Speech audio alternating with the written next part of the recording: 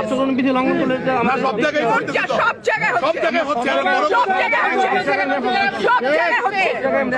আপনি পারলে থামাই দেন। আজকে আমি ভদ্রতা করে থামাইছি, নেক্সট টাইম কিছু আপনাদেরকে বুড়া আঙ্গুল দেখায় আপনারা কিছু করতে পারেন না। এইরকম দেখায় আপনাদের খোঁজ নেন, প্রশাসনে বসে আছেন, খোঁজ নেন।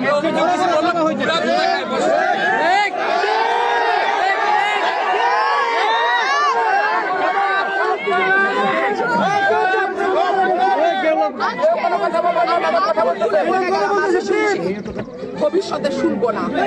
আমার